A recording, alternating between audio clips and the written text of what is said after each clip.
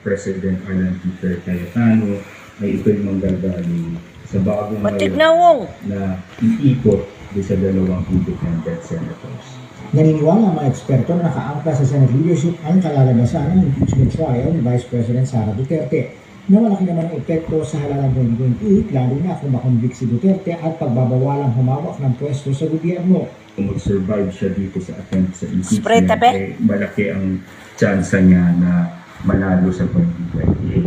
Kung sa mga kontra sa kandidatura ng Vice Presidente, ang habol nila dito talaga ay at least mailatag ang mga ebidensya, maipakita sa publiko at sa mga botante ang kahinaan politikal ng Vice Presidente. Her candidacy will be harmed by a trial on the impeachment complaint.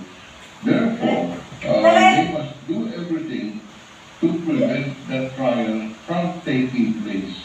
In the same manner that the group of Malayan wants the trial to take place, because that will diminish to a great extent Sarah's chances for 2028. Una ng dumistansya ang Malacanang, hindi lang sa palitan ng liderato ng Senado, hindi pati sa impeachment process ay pinuubayan na ito sa Kongreso. Hindi rin naman ang bagong mayorya na nakasalalay ng impeachment trial sa liderato ng Senado. So lahat po ng kinakalat nila na ito po'y lahat na nagaganap para protektahan lang po ang isang tao ay hindi katotohanan.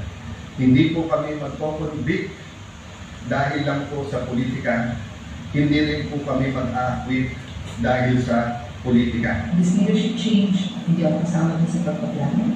Pero I just know na it will plan for months. It is a fact na nagkasabay dito sa impeachment. But we'll do our job. We'll go through the process. Pero kahit magkukumbin na ang impeachment court sa Lunes, walang kasiguruhan kung kailan ang aktual ng paglilitis. Kasi sasagot pa ko ang Honorable Vice President.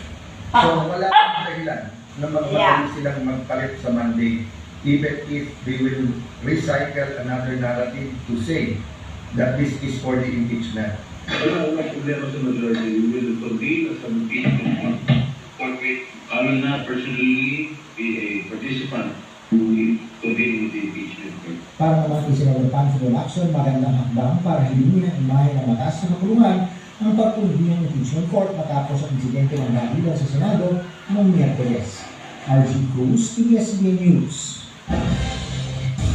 Pinaunahan po ni Pangulong Ferdinand Marcos Jr. ang inaugurasyon ng dalawang mahalagang proyekto ng pamahalaan sa probinsya ng Cagayan ngayong Biyernes. Kabilang dito ang Brain and Spine Center. Nanguna rin ang Pangulo sa groundbreaking ceremony para sa Heart